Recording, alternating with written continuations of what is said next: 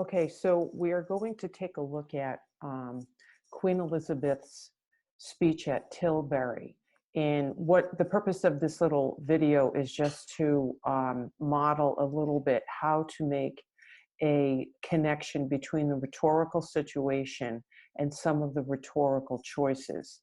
So what I've done here, I've pretty much outlined what is the rhetorical situation. So I'm going to put that in a green color that I have right here.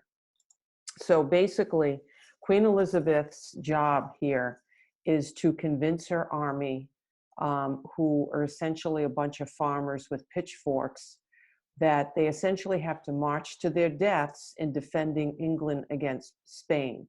And if you read the chapter, they pretty much give us a little bit of the rhetorical situation. Spain at this time has one of the greatest navies in the world.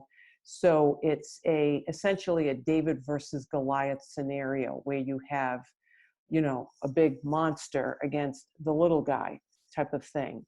And England doesn't have a lot of money, so they don't have a lot of money for weapons. But their situation is they either fight or they get taken over by Spain. So if you notice some of the little annotations I've made, you can even look at her salutation, I guess, like she begins, "My loving people." And over here on the side, I kind of indicate what I think she's trying to do. And for me anyway, my interpretation, she's a woman, she's a queen. There is no king. This is medieval England, medieval Europe. Women don't have a lot of rights. So she essentially has to exert or build upon her ethos. Even though she's queen, she's a woman, so she doesn't have a lot of ethos. And also to compound that, she's trying to rally her troops to essentially go march to their death against this huge foe. So, I put over here, she's trying to connect to her army, exert her authority. She's a woman in medieval England. It's not a good thing. It's a very misogynistic culture, meaning women didn't have a lot of rights. So she has her, she has a really big, quest or a role to play in trying to get her armies to fight the Spanish. So that's essentially, I would, if I was writing, I would say she begins off with "my loving people," using the adjective loving, again, to kind of exert her authority and to connect with these soldiers who may not respect her, even though she's the queen, but she's a woman.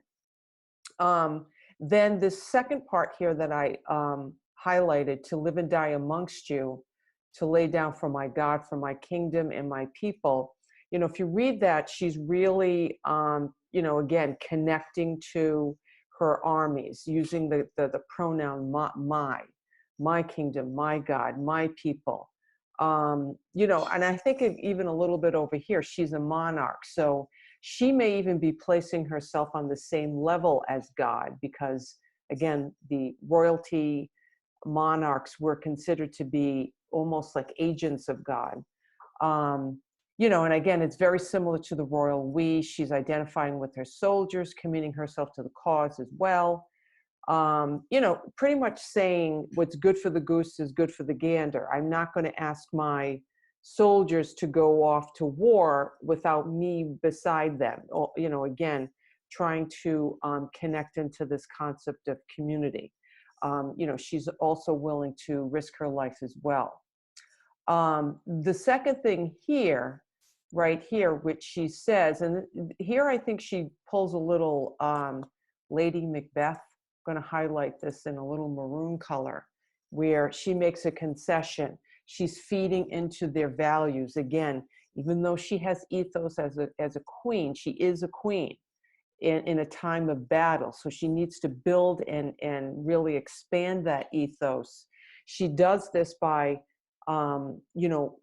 using a little logos. Remember, your rhetorical appeals are all kind of like bunched up together. She's using logos to strengthen her ethos by making a concession. She says, "I have the body but of a weak and feeble woman." Again, building on that ethos by identifying it to perhaps some of the biases that these men have. But she says, I have the heart and stomach of a king. And I put down over here,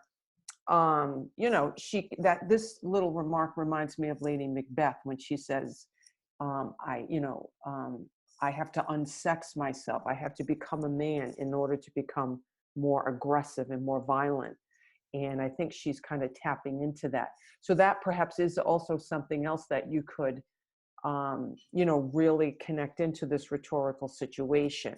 She makes this concession because she knows that she has to, build upon or change their perception of her as a woman by saying she has the heart and stomach of a king. And perhaps you could even bring in a little Lady Macbeth there as well. Here she pulls a little bit of a fast one, because while she's saying that, she's going to fight along with them, she says, well, I'm going to send my lieutenant general in my stead, meaning, he's going to take my place. So I put over here, it becomes clear that her words are just words, they're not actions. And again, this is something else that you could, tie into the rhetorical situation, because again, the king or the queen can't go along with the soldiers to fight, because if they die, that's really going to hurt morale. So again, that is part of what she's trying to do. She's trying to build them up.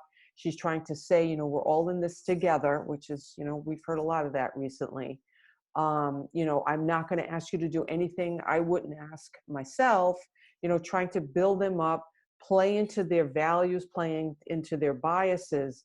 But at the last time, she kind of slips in this little thing that, okay, so I'm going to take a step back. My lieutenant's going to take my place, and we're all going to fight together.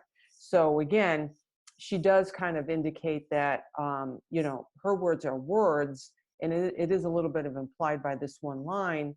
But again, we can even expand on that, because you really can't go into battle, because if the king or queen dies, then that's going to create a little bit of, it's going to exacerbate the crisis, and hurt their morale, because now their leader is gone. But again, if you look at these little notations that I make, these are very conscious choices that she's making that all can go back and connect to our rhetorical situation here. So really think about that when you're reading a text. Every single choice needs to go back and connect to that rhetorical situation or that context in which the speech or the text is written or spoken.